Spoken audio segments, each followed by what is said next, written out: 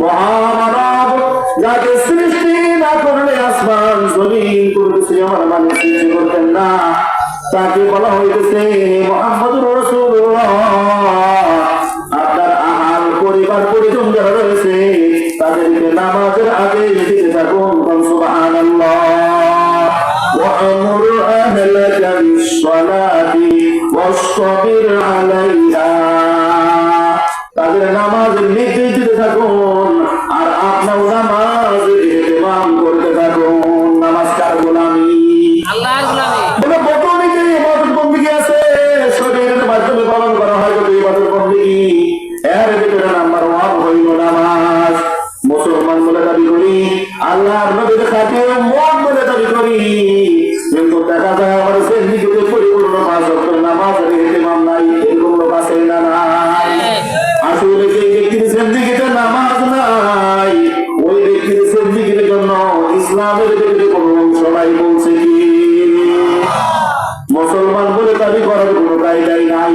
হযরত জাবের রাদিয়াল্লাহু তাআলা আনহু থেকে হাদিসটা বর্ণিত, একজন মুসলমান বান্দা আর একজন কাফির উভয়ের মধ্যে পার্থক্য হইল যে নামাজ পড়ে সে হলো আল্লাহর বান্দা, আল্লাহর গোলাম, আর যে নামাজ পড়ে না, পড়তে পারে না, সে কোনদিন আল্লাহর গোলাম হইতে। আমরা কার গোলাম? কার গোলাম? ওয়াইবাদুর রহমানিল্লাযীনা ইয়ামশুনা আলাল আরদি হাওনাও ওয়া ইযা খাতাবাহুমুল জাহিলুনা ক্বালু সালামা। আমরা হইলাম রহমানের গোলাম। কার গোলাম? রহমানের গোলামের সিফাত হবে দুনিয়ার রাস্তা দিয়ে যখন হাঁটবে মাথাটা নিচে করিয়ে হাঁটবে, ভদ্রতার সাথে হাঁটবে, নমনীয়তা ভাব তার কাছ থেকে প্রকাশ পাইতে থাকবে। সুবহানাল্লাহ। এই জমিনটা কার? আল্লাহ। নামাজ নাই, কালাম নাই, আল্লাহর বন্দেগী নাই, এমন ভাবে রাস্তা দিয়ে হাঁটে মনে হয় আল্লাহর জমিন ছাড়িয়া ফেলাইবে, এরকম লোক আছে না নাই? কিন্তু জমিনের মালিক নাকি? ওই মালিক বলতেছে যারা আমি রহমানের গোলাম হইতে পারবে ইয়ামশুনা আলাল আরদি হাওনা, তাদের চাল চলনের ভিতরে একটা নম্রতা থাকবে, একটা ভদ্রতা থাকবে। কে বলছে ভাই? আল্লাহ। যারা আমার ভদ্রতা নিয়ে চলে, আদব কায়দা নিয়ে চলে, এই ধরনের মানুষদেরকে অন্য মানুষরা টিটকারি করে, আছে না নাই? ওয়া ইযা খাতাবাহুমুল জাহিলুনা ক্বালু সালামা। তুমি যেহেতু রহমানের গোলাম, নম্রতার সঙ্গে রাস্তা দিয়ে হাঁটো, কোন জাহিল মূর্খ যদি তোমাকে উঁচা নিচা কথা বলে তুমি তাকে বলে দাও তোমার সঙ্গে আমার কোনো কথা নাই। কারণ কুকুরে যদি পায়ে কামড় দেয় আমিও কামড় দিতে। 1 নম্বর, ওয়াল্লাযীনা ইয়াবিতুনা লিরাব্বিহিম সুজদাও ওয়া কিয়ামা। রহমানের গোলামদের হবে 2 নম্বর সিফাত, শুধু আল্লাহর ঘর মসজিদে এসে নামাজ পড়বে না, ইয়াবিতুনা লিরাব্বিহিম সুজদা, তাদের ঘরের ভিতরেও নামাজ পড়বে। সুবহানাল্লাহ। ঘরের ভিতরে সিজদা দিবে। অনেক বাড়িতে গেলে দেখা যায় ঘরের একটা কোণ আছে দিতে পারে নামাজের জন্য, আছে না নাই? নামাজের আলাদা ব্যবস্থা আছে, পর্দার ব্যবস্থা আছে। আয়াতে কারিমা প্রমাণ করে দেয় যারা রহমানের গোলাম হবে 2 নম্বর গুণ তাদের থাকবে, শুধু মসজিদে আসলেই নামাজ পড়বে না, যখন ঘরের ভিতরে থাকবে তখন তোমরাই নামাজে হবে। কার জন্য? আল্লাহর অনেক বান্দা এরকম আছে যারা গভীর রাত্রে উঠিয়া পরিপূর্ণ তাহারা অর্জন করিয়া ঘরের যে গোনাটা নামাজের জন্য নির্দিষ্ট করেছে ওই জায়গার ভিতরে কুদরতি পায়ে মনিরকে সেজদা দিয়া চোখের পানি দিয়ে যায়, নামাজ বাসায় দেয়, আছে না নাই? ভাই এরা হলো রহমানের গোলাম। এরা কার গোলাম? আর এই নামাজ আপনি পড়বেন না কেন? আল্লাহর বান্দা নবীর উম্মতের সবচেয়ে বড় সমস্যা হইল নামাজের দাওয়াত দিলে হুজুর নিজের সাথে আছি, এরকম কথা আছে না নাই? আমি কিসে আছি? আল্লাহ রাসূলের জিন্দেগি আমরা দেখেছি যখন কোন বিষয় টেনশন লাগতো, কঠিন মনে হইতো, আল্লাহ রাসূল নামাজে দাঁড়াইয়া যাইতো সুবহানাল্লাহ। হযরত হুযায়ফা রাদিয়াল্লাহু তাআলা আনহু বলেন আকাশে যখন ঝড় বৃষ্টি শুরু হয়ে যেত তখন দেখতাম আল্লাহ রাসূল মসজিদে নামাজে দাঁড়াইয়া যাইতো সুবহানাল্লাহ। সমুদ্র গ্রহণ শুরু হয়ে গেছে, এর ভিতরে দেখতাম আল্লাহ রাসূল বিপদ কাটা পর্যন্ত নামাজে দাঁড়াইয়া রয়েছে, স্মরণ করতে গেছে কাকে? আল্লাহু আকবার। আমাদের এক বুজুর্গ তিনি বলতেছেন 40 বছরের ভিতরে একটা দিন মাত্র তাকবীর উলা আমার কাছে ছুটে গেছে। সুবহানাল্লাহ বলবেন না? কয় বছরের ভিতরে?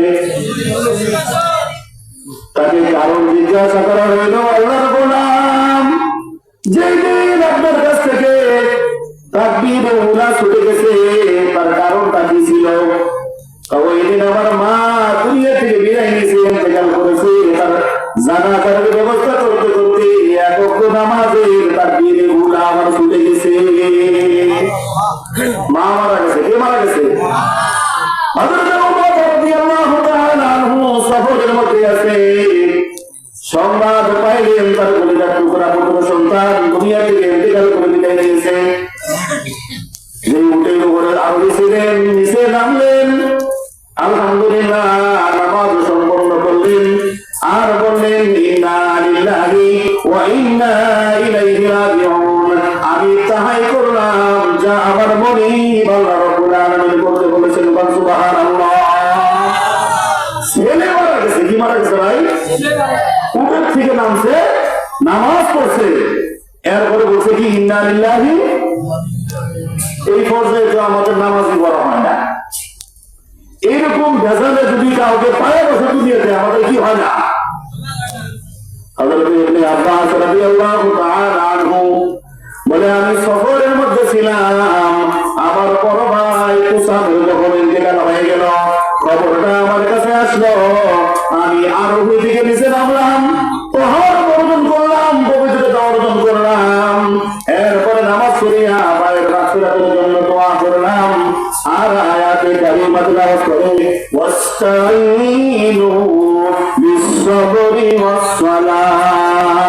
আল্লাহ এতে বলছে আল্লাহর কাছ থেকে সাহায্য প্রার্থনা করো সবর আর নামাজের মাধ্যমে। বলে আমি সবর করলাম, আবার নামাজও করলাম, কোরআনের আয়াত দিয়ে আল্লাহর কাছে সাহায্য কামনা করতেছি। সুবহানাল্লাহ। এই জন্য আমাদের জিন্দেগিতে কয় ওয়াক্ত নামাজ পড়তে হবে? 5 ওয়াক্ত। ভাই নামাজ কয় ওয়াক্ত? 5 ওয়াক্ত নামাজ। আমি যে আয়াতে কারিমা তেলাওয়াত করিয়েছি এই আয়াতের ভিতরে 5 ওয়াক্ত নামাজের বর্ণনা আছে। সাধারণ অনেক মানুষই আছে বলে 5 ওয়াক্ত নামাজের কথা কোরআনে আসেনি। অবশ্যই আছে। ওয়া আকিমিস সালাতা তারফাইন নাহার ওয়া সুলাফাম মিনাল লাইল। আল্লাহ রাব্বুল আলামিন বলেন দিনের উভয় প্রান্তে অর্থাৎ সকালে আর বিকালে, ওয়া সুলাফাম মিনাল লাইল রাতের গভীর পর্যন্ত নামাজ কায়েম করতে থাকো। সুবহানাল্লাহ। আয়াতের তাফসীরে মুফাসসিরিন ইকরাম দিনের দুই অংশ বলতে বুঝাইছে ফজরের নামাজ আর আসরের নামাজ। অন্য জায়গায় আয়াতে কারিমার ব্যাখ্যা অন্য মুফাসসির করেছেন দিনের দুই অংশ দ্বারা উদ্দেশ্য হইল ফজরের নামাজ আর মাগরিবের নামাজ। সুবহানাল্লাহ। কয় ওয়াক্ত গেল?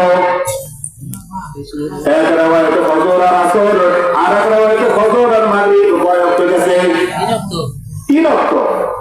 কয় ওয়াক্ত ভাই? 3 ওয়াক্ত। ওয়া সুলাফাম মিনাল লাইল। গভীর রাত্রি পর্যন্ত, রাত্র গভীর হওয়া পর্যন্ত নামাজের ইহতিমাম করা। এর দ্বারা উদ্দেশ্য হইল ইশার নামাজ। কিসের নামাজ? ইশার নামাজ।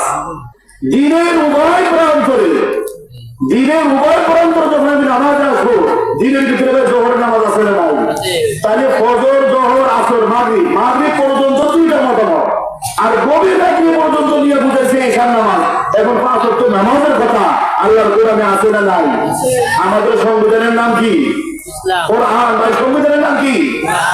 এই কোরআনের উপর যদি আমল থাকে, নামাজের যদি ইহতিমাম থাকে, আল্লাহর বান্দা 2 দিন আগে করে দুনিয়াটা বলছে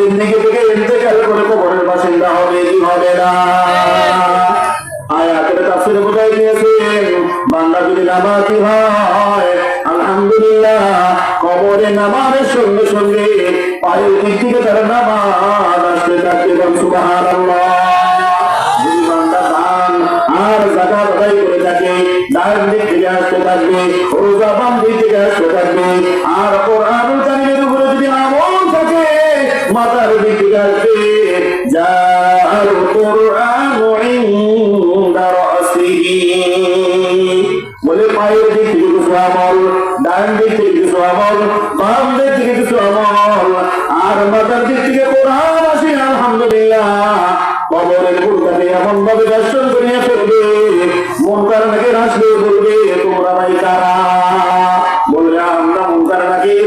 ওই কোরআনটা দেখে বলে দিবে দুনিয়ার ভিতরে আমাকে মহব্বত করেছে, আমার উপরে আমল করেছে। এই কবরের বান্দাকে যতক্ষণ পর্যন্ত জান্নাতে পৌঁছাইতে না পারবো ততক্ষণ পর্যন্ত তার কাছ থেকে আমরা যাইতে রাজি লাগতাম। সুবহানাল্লাহ। এখন সবচেয়ে দুঃখের বিষয় হইল মুসলমান হিসাবে দাবি, আল্লাহর বান্দা হিসাবে দাবি, নামাজ পড়তে রাজি না এরকম মানুষ আছে দাদাই। নামাজ পড়তে হবে, হুকুমটা কার? কার হুকুম? পাঁচ ওয়াক্ত নামাজ যদি বান্দা বাকি আদায় করতে পারে, মাঝখান যে সময়টা কোন গুনাহ যদি সংঘটিত হয়, মুকাফফিরাতুল লিমা বাইনাহুম, এক নামাজ থেকে আরেক নামাজ পর্যন্ত যে বিরতি হয়ে গেল, এর ভিতরে তোমার দ্বারা যে গুনাহটা সংঘটিত হয়ে গেছে, নামাজের ওসিলায় গুনাহটা মাফ করে দিবে কে? এই জন্য আল্লাহ রাসূল বলছেন, ও আমার সাহাবারা, কোন বান্দা বান্দির বাড়ির সামনে যদি একটা নহর থাকে, কয়টা? একটা। প্রবাহমান একটা নহর থাকে, আর দৈনিক যদি 5 বার এই নহরের ভিতরে গোসল করে, তাহলে কি তার শরীরে কোনো ময়লা থাকতে পারে? আল্লাহ রাসূল যখন সাহাবায়ে কেরামকে বললেন না, থাকতে পারে না। আল্লাহ রাসূল বললেন, ও আমার সাহাবারা শোনো, 5 ওয়াক্ত নামাজের দৃষ্টান্ত অনুরূপ ওই নহরের মতো বান্দা দুনিয়ার কাজ করবে, চাকরি বাকরি করবে, কৃষি আবাদ করবে, যত জায়গা মানে থাকবে, 5 ওয়াক্ত নামাজ যখন আদায় করতে পারবে, আমার ঘরে আসিয়া মাঝখানের গুনাহগুলো নামাজের বদৌলতে মাফ করিয়া দিবে কে? 5 ওয়াক্ত নামাজ আমরা সামনে থেকে আদায় করবো, রাজি আছি কারা কারা? কিয়ামতের ময়দানে সর্বপ্রথম নামাজের হিসাব, কিসের হিসাব? এটা যদি পরিপূর্ণ হয় আলহামদুলিল্লাহ, অন্যটা কম হলেও মাফ করে দিবে কে? 1 নাম্বার ঠিক আছে, কয় নাম্বার ঠিক আছে? এই জন্য আমার সিন্ডিকেটে আমাদের যাদের 12 বছরের উপরে বয়স হয়ে গেছে, নিয়োগ করবো 1 ওয়াক্ত নামাজ আমরা কাজা করবো না, কথা ঠিক না নাকি? 1 ওয়াক্ত নামাজ যদি কেউ কাজা করে 2 কোটি 88 লক্ষ বছর জাহান্নামের আগুনে জ্বলতে হবে। এর ব্যাখ্যার পরে দিয়া একটা নেক আমল অর্থাৎ 1 ওয়াক্ত নামাজ যদি কেউ আদায় করতে পারে, 3,35,54,432 নেকি আপনারা আল্লাহ জমা করে দিবে কি? নেকি কেমন ভাই? সহজ। নেকি কেমন? কি সহজ? নিয়ত করলেই হয়। আল্লাহর ঘরে যখন মসজিদে আসলাম, নামাজের অপেক্ষা করছি, আমি বসেই আছি, বলে যতক্ষণ নামাজের অপেক্ষায় থাকলাম ততক্ষণ আমার আমল নামায় নামাজ পড়লে যেরকম সওয়াব ওরকম সওয়াব নির্ভর দিয়েছে কি? নামাজ না এমনি বসে গেছি, ফরজ নামাজ শেষ হয়ে গেছে, সুন্নত নামাজ করে ফেলছি, মসজিদে এমনি বসে গেছি, ওই মুসলিম থাকে না এরকম? সামনে নামাজের অপেক্ষা না, একটু পরে চলে যাবো, নামাজ শেষ। ওই এমনি যে আল্লাহর ঘরে বয়ে রয়েছে, রহমতের ফেরেশতা, মাগফিরাতের ফেরেশতা বান্দার জন্য দোয়া করতে গেছে। আপনাদের কাছে আমার প্রশ্ন, 20 লাখ টাকা, 10 লাখ টাকা, 30 লক্ষ টাকা থেকে বাড়ি আপনি বানাইছেন, ওখানে এমনি বয়ে থাকলে আমরা আমল নামায় কয়টা লিখে লেখা হবে ভাই? হ্যাঁ, কিন্তু আল্লাহর ঘরে বসে থাকলে মাগফিরাতের দোয়া আমার জন্য করবে কে? ফেরেশতারা করবে। কে করবে ভাই? রহমতের দোয়া কে করবে? সুন্নত আগে পড়ে ফেলছি, সামনে জামাতের সময় আছে, আমি নামাজের অপেক্ষায় আছি। কিসের অপেক্ষায় আছি? কিছুই করতে আছি না, কিন্তু আমার আমল নামায় নামাজ পড়লে এই সব লিখিয়েছে কে? আল্লাহু আকবার। এই জন্য নামাজ যদি 2 রাকাত একবার কোন রকম কবুল হয়ে যায়, বলে 2 রাকাত কবুলিয়াত নামাজ বান্দার জন্য জান্নাত ওয়াজিব করে দিয়েছে।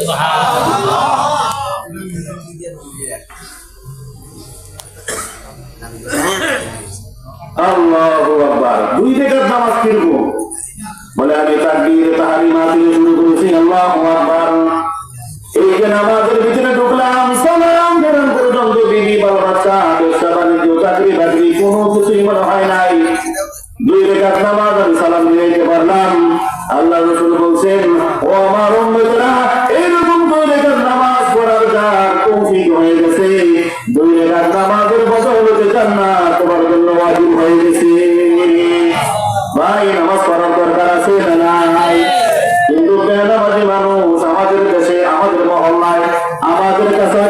আছে না নাই?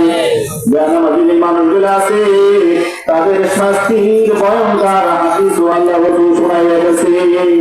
বলে 5 ওয়াক্ত নামাজ যদি আদায় করতে পারে 5টা পুরস্কার বান্দার দান করিয়া দেয় কে? বলে 5 ওয়াক্ত নামাজ ইমাম সাহেব আদায় করবে। 1 নম্বর হইল রুজি রোজগারের অভাব অনাটন নামাজের ওসিলায় দূর করিয়া দিবে কে? রিজিকের অভাব আছে না নাই? ছেলের মায়া মহব্বত বাদ দিয়া ইটালি পাঠাইয়া দিছে। 9 মাস 10 মাস পর্যন্ত খবরই নাই। কিসের জন্য পাঠাইছে? টাকা পয়সা কামাবে, বাড়ির দিকে পাঠাইয়া দিবে। বাবা মা সুন্দর করিয়া হাত কাট বাজার করে খাইবে, আর জন্য আছে না নাই? কিন্তু ছেলের কোনো খবর নাই।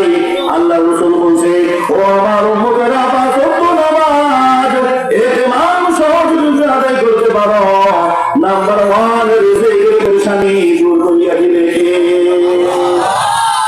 এরপরে তুমি যখন রিজিক পেয়ে গেলা, 2 দিন খাও আর 3 দিন খাও, 2 দিন থাকো আর 3 দিন থাকো, দুনিয়া নামের জিন্দেগিতে তোমার জন্য মরণের দিন আছে না নাই?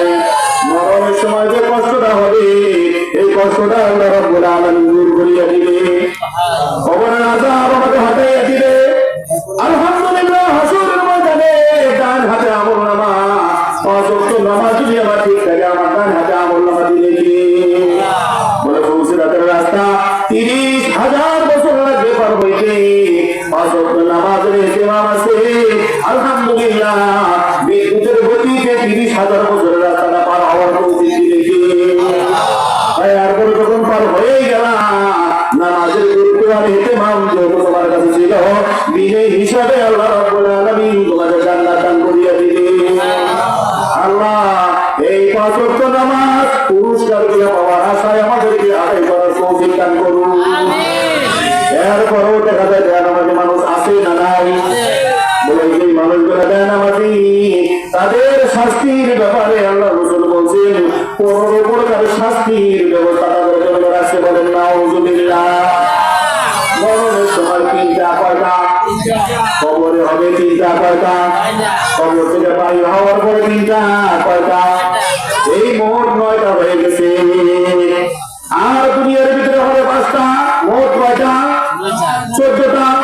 দুনিয়ার ভিতরে 5টা, মরণে 3টা, আর কবরে হইল 3টা, আর কবর থেকে বাইর হওয়ার পরে 3টা।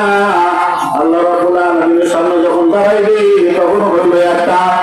এই 15টা 5 প্রকার যে শাস্তি বেনামাজি মানুষের জন্য আছে, স্পষ্ট হাদিসের ভিতরে উল্লেখ করা হয়েছে যে মানুষটা বেনামাজি হবে তার রুজি রোজগারের ভিতরে কোনো বরকত থাকবে না। বরকতের মালিক কে? আপনি বেনামাজি হন, লক্ষ লক্ষ টাকা কামান, আরো বেশি কামাইতে পারেন, কিন্তু আপনার এই রুজির ভিতরে বরকত থাকবে না। ওয়াদাটা কার?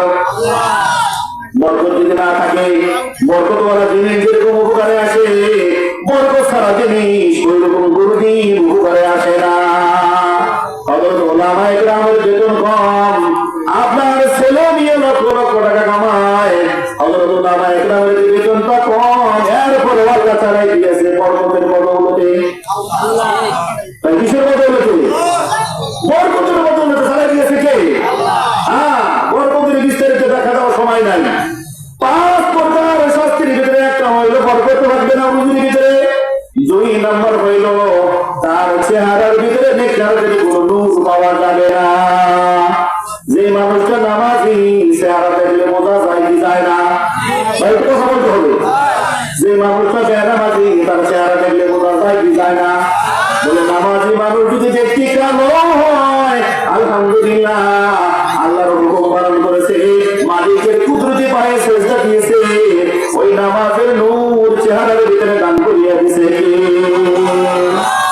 3 নম্বর হইল যদি নেক কাজ করে ফেলে, নেক কাজের কোন কথা আল্লাহ রাব্বুল আলামিন বেনামাজি মানুষকে দিবে না। নামাজ পড়ে না, লক্ষ লক্ষ টাকা দান করে, মসজিদ বানাইয়া দিছে, মাদ্রাসা বানাইয়া দিছে, রাস্তাঘাট করিয়ে দিছে, হাজার হাজার টাকা দান করে নিয়েছে, এই 5 প্রকার শাস্তি দুনিয়াতে বেনামাজি মানুষের হবে।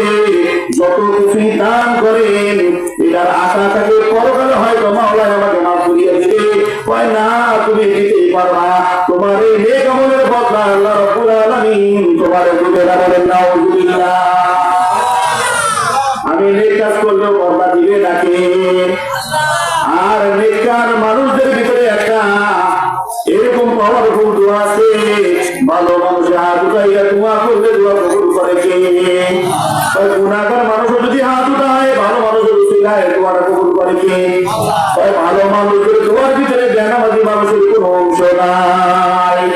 আল্লাহ এখানে আযাব থেকে আমাদেরকে হেফাজত করে। মরণে চিন্তা কয়টা ভাই? জানামাজি মানুষ যখন দুনিয়া থেকে চলে যাইবে, বারবারে মরণ যখন তার শুরু হয়ে যাইবে, মরণটা এমন ভাবে হবে বলে পিপাসিত অবস্থায় মারা যাইবে। আর দুনিয়ার সমস্ত সাগরের পানিও যদি তার মুখে ঢেলে দেওয়া হয়, এক ফোঁটা পানিও চলে যাবে না, গাল বেয়ে পড়ে যাবে।